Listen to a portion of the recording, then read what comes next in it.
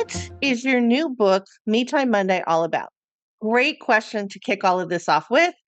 Really what my book is about finding that delicate balance in life where we feel like we've got equilibrium, we've got equal measure of happiness and accomplishment and social connections and, health is feeling pretty good, but it's really about having that balance. And I think one of the things that I saw, I've been working on the areas of caregiving, family caregiving, for about the last, I would say now, almost 18 years.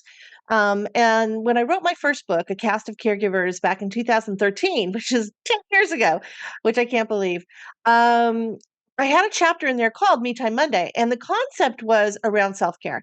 Now, amazingly, because we all talk about self care and me time and all of these things now, wellness, it really wasn't as discussed back then. There weren't as many people focusing on it.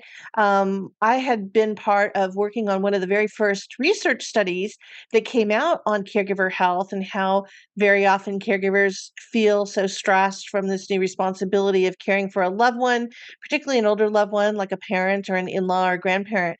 A lot of the wellness tasks and activities and routines that they have get dropped.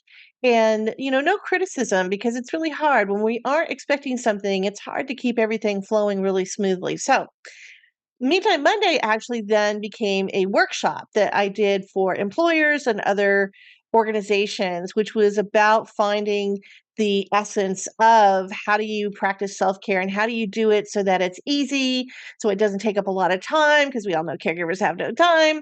And what are the things that we should be thinking about? So really that was kind of the essence of this new book. And I think what really inspired me after 10 years of doing all this to write Me Time Monday is because I was witnessing through the pandemic, all of our lives were thrown into chaos or basically out of balance, right? And there was a great documentary that I saw when I was an undergrad at USC, and it was in my film class, and it was called Kwatsi, which is actually a Native American Hopi language word that means life out of balance.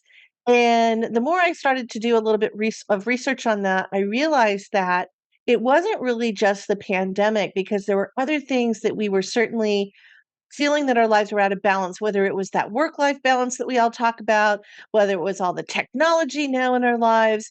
And so this whole concept of balance and wellness was really kind of, the seeds of what I wanted to write about. And even though I brought a lot of that into my workshops, the workshops only are able to meet the needs of a certain number of people.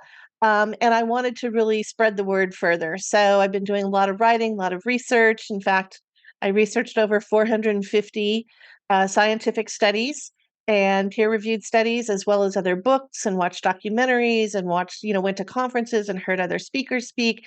And I also interviewed about 20 to 25 experts across the globe to really crystallize this concept of what is wellness all about?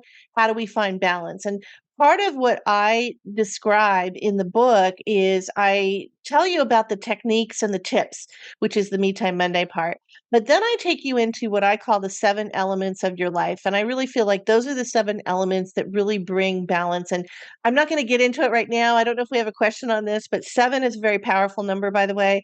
You think about we've got 7 days in the week. We have 7 notes in a musical scale. We have 7 colors in the rainbow. So there is a lot of really interesting, uh, you know, kind of equilibrium around the number 7. But aside from that, I focused on these 7 areas, and that included physical, emotional, social, intellectual, environmental, financial, and spiritual.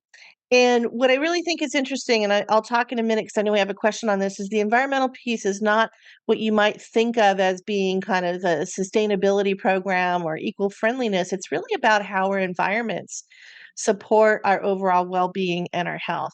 And I'll talk about that in a couple minutes. But that was really the essence of this. And the other thing that I captured in the book was something that I called the new joy economy.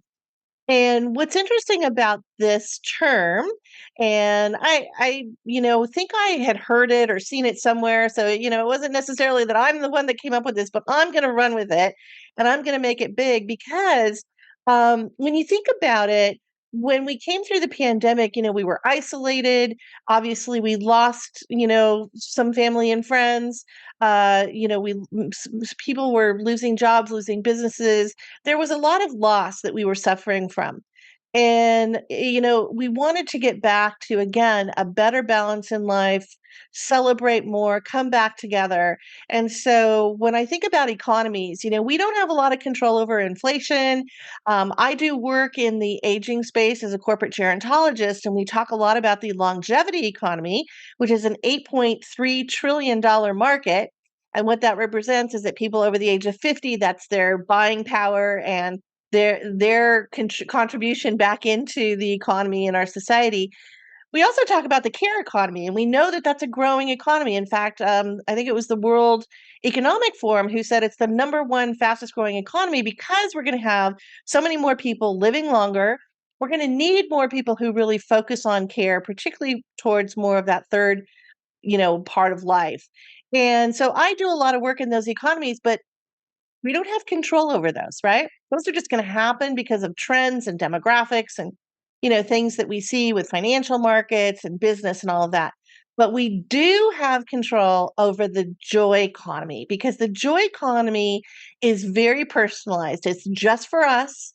It's how we invest our time and our effort and our energy into things that are going to bring us happiness and bring us that joy, which is really so essential in life. And it's really essential to not only our overall health, but certainly our well-being. And so that's really, for me, that's the essence of wellness is balance.